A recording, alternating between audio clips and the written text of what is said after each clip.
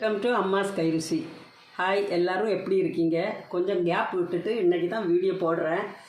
இந்த முருங்கைக்காவும் இந்த ஒரு தக்காளியும் வச்சு ஒரு வெள்ளை குழம்பு வைக்கலாம். எப்படி வைக்கலாம்னு பார்க்கலாமா? தேங்காவை இந்த மிக்ஸி ஜாரில் போட்டுக்கிடலாம். கொஞ்சம் ஜீரகம், கொஞ்சம் பொடி ஜீரகம் இதில் போட்டுக்கிடலாம்.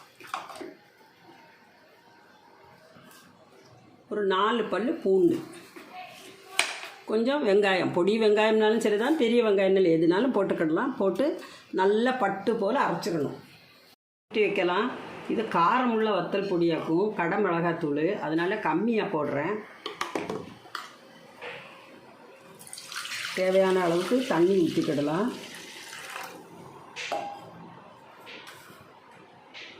உப்பு தேவையான அளவுக்கு,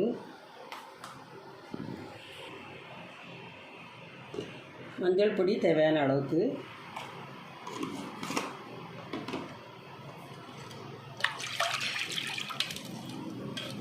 இதில் இந்த காய் போட்டுக்கலாம். தக்காளி, முருங்கைக்காய் போட்டு வேக வச்சுக்கலாம்.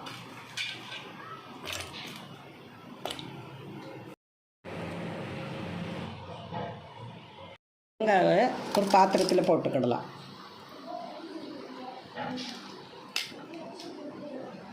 தண்ணி ஊற்றி இதில் போட்டுக்கிடலாம்.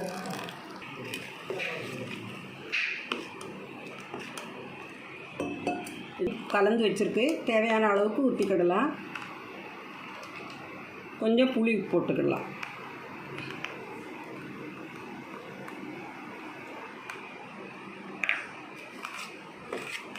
இதை நல்லா மிக்ஸ் பண்ணி வந்துக்கிட்டு இருக்க அதில் போட்டுக்கலாம். சிம்மில் வச்சுட்டு போடணும்.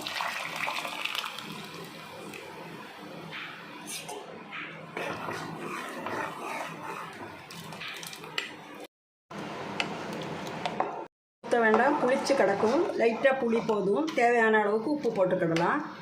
கொதிக்க விடக்கூடாது. கொஞ்சம் இப்படி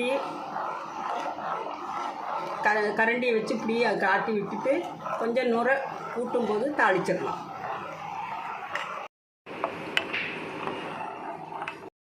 இப்படி நல்லா காய்ச்சி இப்படியே இறக்கிடணும். கொதிக்க விடக்கூடாது. கொதிக்க விட்டால் பிரிபிடான்னு போயிடும். பால் தெரிஞ்ச மாதிரி போயிடும். அதனால் கொதிக்காமல் இறக்கிடணும். வச்சு இதைனே தாளிச்சிடலாம். இறக்கிடலாம். கீழே ஊற்றுறதுக்கு முன்னாடி கொஞ்சம் கடுகு போட்டுக்கிடலாம்.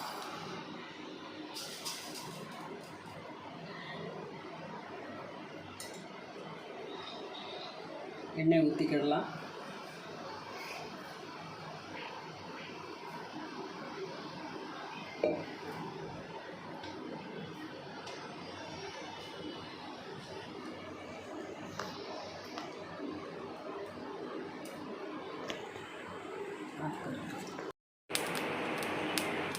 வத்தல் 3 போட்டிருக்கேன் தாளிக்கிறதுக்கு.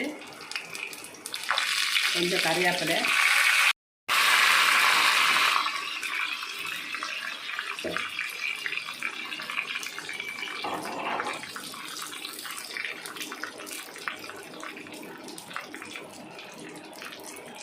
குழம்புல சேர்த்துடலாம்.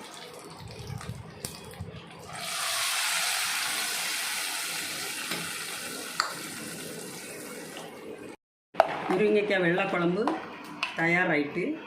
நீங்களும் செஞ்சு பாருங்கள். இந்த வீடியோ உங்களுக்கு பிடிச்சதாக இருந்தால் சப்ஸ்கிரைப் பண்ணுங்கள், லைக் பண்ணுங்கள், ஷேர் பண்ணுங்கள், கமெண்ட் பண்ணுங்கள்.